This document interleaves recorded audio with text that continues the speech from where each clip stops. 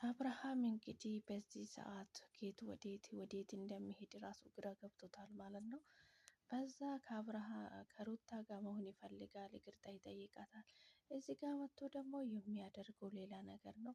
ምን እንደሚያደርገው ምን እንደሚያስፈልገው እንኳን የኛን ቀርቶ እሱ ራሱ የራሱ ስሜት ማወቅ አልቻለም ማለት ነው። በጣም አስቸጋሪ ነው። አንዳንድ ጊዜ በህይወታችን የምናስበውን ነገር ተረጋግተን እንግዲህ አስተውለን ካላሰብነው ምንም የሚገባ ነገር የለም ማለት ነው። በዚህ ሰዓት እንግዲህ አብርሃም ከየት ወዴት መሄድ እንዳለበት ራሱ ግራ ግብት ብሎታል ማለት ነው። ሄርሜላ ጋ ይሁን ሩታ ጋ ይሁን በቃ ምን ማለት ፍትፍት ብሎበታል ማለት ነው። ምን እንደሚያስበው ምን እንደሚፈልጉ ራሱ እሱ ራሱ የራሱ ፍላጎት አያውቅም ማለት ነው። እንግዲህ አብርሃም የሚያደርገው ነገር ስላልገባ እንግዲህ እዛም እየተወላሰፈ ነው መኖር የሚፈልገው ማለት ነው። የሰው ልጅ ደግሞ ህይወቱ ተረጋግቶ አንድ አቅጣጫ ይዞ ሲኖር ነው እንጂ እዛም እዚህም እያለው መኖር በጣም ነው የሚከብደው፣ በጣም ነው የሚያስጠላ ማለት ነው። እንግዲህ የሰው ልጅ በህይወት ውስጥ እንግዲህ ሰላም ሆኖ ካልኖረ እንዴት ነው ዝም ብሎ እንደዚህ እየተወላሰፈ መኖር የሚችለው? የተከበረ ባለትዳር ነው እንግዲህ ሚስቱ አለች፣ ልጅ አለው። ከዚህ ሁሉ እንግዲህ ጋሽዬም እንደዛ ሲጨናነቅ ነበረ፣ እስከ ዛሬም እየተጨናነቀ ነው። እሱ አሁንም ልታቆም አልቻለችም። ነገር ግን ምን እንደሚሻለው ራሱ ግራ ገብቶታል አብርሃም ራሱ ማለት ነው። በዚህ ሰዓት እንግዲህ እሱ ከአብርሃም ከኤርሜላ ጋም ከሩታ ጋም እዚህም ሩታን የትም አትሄጂ እዚሁ ሁኚ ይላታል። ሄርሜላም ደግሞ እዚህ እያንከባክባታል። እንግዲህ በሁለት ሴት ነው መጫወት የፈለገ ማለት ነው።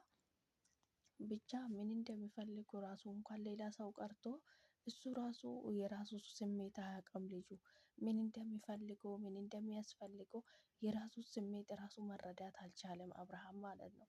አንዳንድ ጊዜ ያው ይዞርብናል ማለት ነው። ምን እንደምናስበው እና ምን ማናስበው ነገር ይጠፋብናል። እና አብርሃም አሁን ግራ እየተጋባ ምንም ማሰብ ያልቻለበት ሰዓት ላይ ነው ያለ ማለት ነው። የት ይሁን ወይ ልጄና ሚስቴ ይሻለኛል ወይ ደግሞ ውሽም ማየት ይሻለኛለች ብሎ መምረጥ ያልቻለበት ሰዓት ላይ ነው ያለ ማለት ነው። እንደዚህ አይነት ደግሞ አይምሮ ድፍን መሆን በጣም ከባድ ነው። በህይወታችን ውስጥ ዋጋ እያስከፍሉናል ማለት ነው።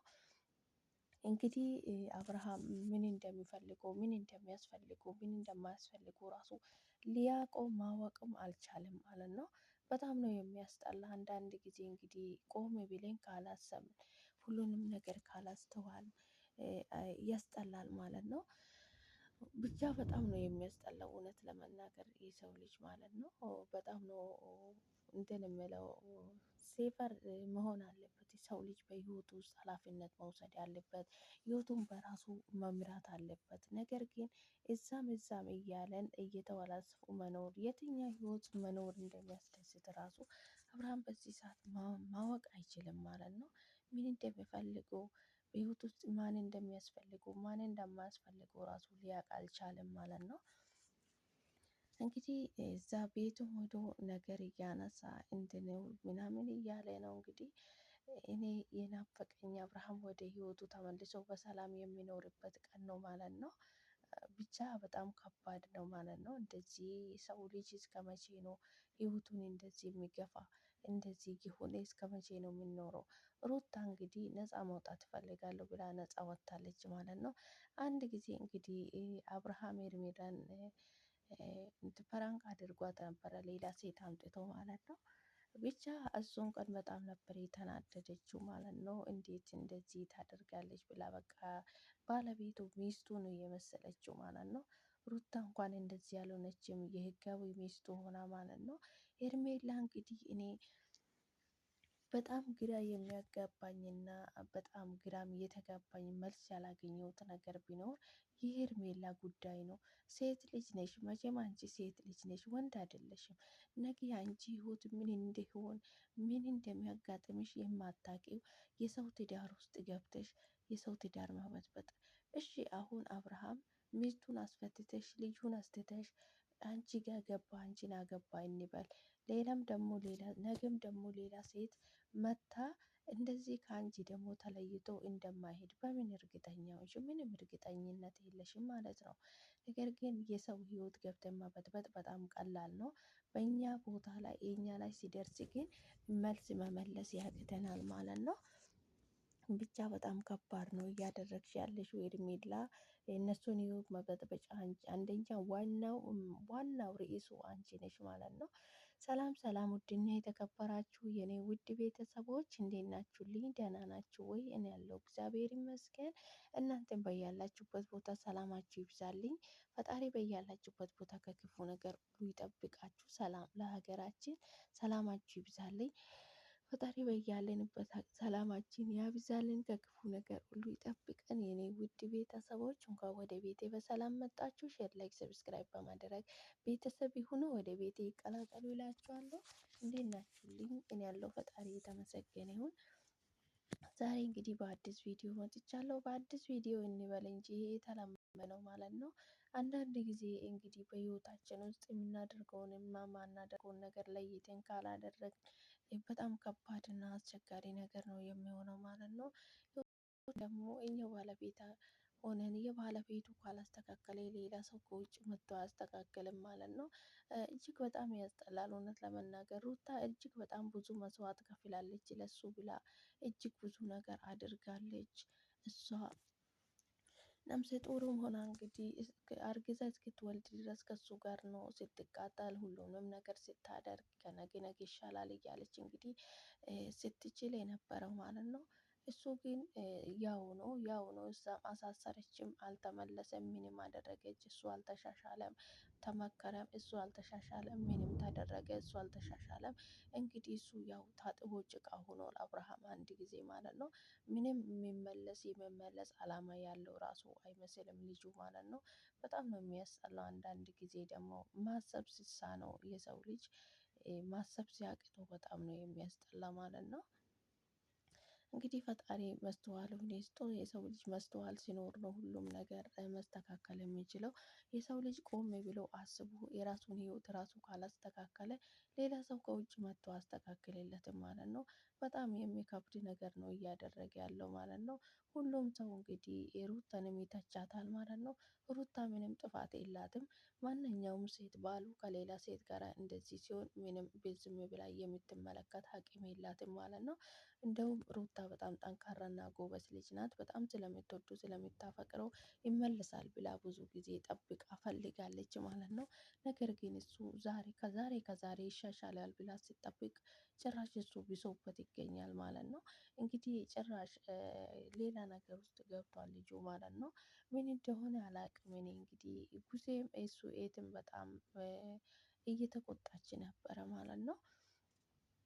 እንግዲህ የአብርሃም እና የሩታ ትዳር አፍራሽ እንግዲህ ዋነኛ እና አቤል እና ብሩክ ናቸው እና ኤርሜላ ናት ማለት ነው። ኤርሜላን እንግዲህ እነሱ ናቸው በሱ ህይወት ውስጥ ያመጡት ማለት ነው። በዚህ ሰዓት እንግዲህ ህይወታቸውን ቁም ስቅልን እያሳጠች ያለችው እሷ ናት ማለት ነው። በጣም ነው የሚያስጠላ። አንድ ወንድ እንግዲህ ቤቱን ማስከበር ያለበት፣ ቤቱን በስርዓቱ መያዝ ያለበት ራሱ ኃላፊነት ወስዶ ቤቱን መቆጣጠር ያለበት ባለቤቱ ነው እንጂ ሌላ ሰው አይደለም ማለት ነው። በጣም ነው የሚያስጠላው። አንዳንድ ጊዜ እንደዚህ አይነት ነገር ብቻ ፈጣሪ መስተዋሉን ይስጣችሁ። የሰው ልጅ ደግሞ ቆም ብለው ካላሰበ ህይወቱን ቆም ብሎ አስቦ ህይወቱን ካላስተካከለ መቼም ለሰው ከውጭ መጥቶ አስተካክልለትም ማለት ነው። አብርሃም እንግዲህ ህይወቱ ምንም ይሁን ዝም ብሎ ነው እየኖረ ያለ ማለት ነው። እንግዲህ ማን መጥቶ ህይወቱን እንደሚያስተካክልለት አያውቅም። ልጁ እንግዲህ ልጄን ይላል። ልጅ እኮ ከሩታ ነው ያገኛት እንጂ ከሩታ በፊት እኮ ሩታ ነበር እኮ መጀመሪያ ነው ያገኛት። ነገር ግን ዛሬ ልጄን እያልክ ሩታን እንደዚህ ቁም ስቅል የምታሳይበት ምንም ምክንያት የለህም አንተ። ነገር ግን በጣም ነው የሚያስጠላ። እውነት ለመናገር አብርሃም ቆም ብለህ ለማሰብ ሞክር። እኔ ምንም ልልህ አልችልም፣ ግን ሄርሜላ እየጠቀመችክ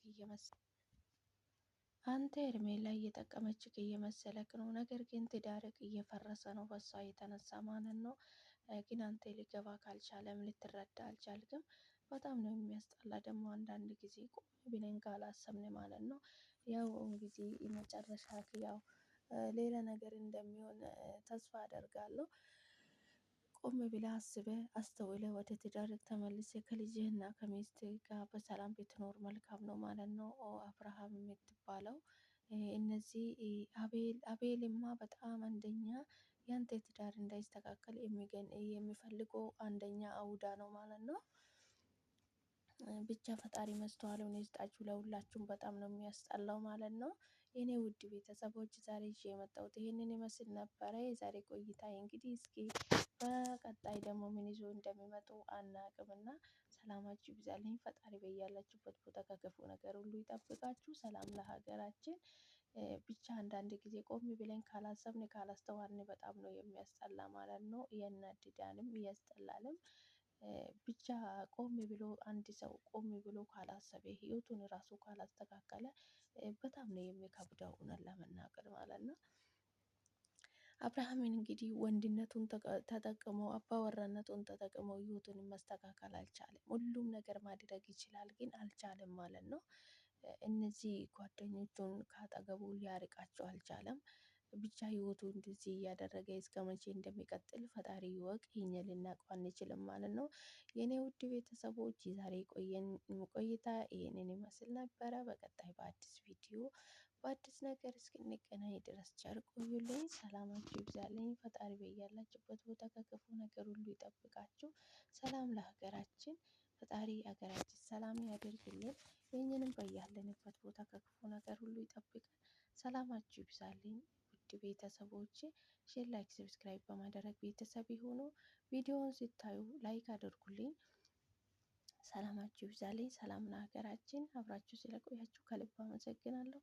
በቀጣይ በአዲስ ቪዲዮ በአዲስ ነገር እስክንገናኝ ድረስ ቸር ቆዩልኝ። ሰላማችሁ ይብዛልኝ።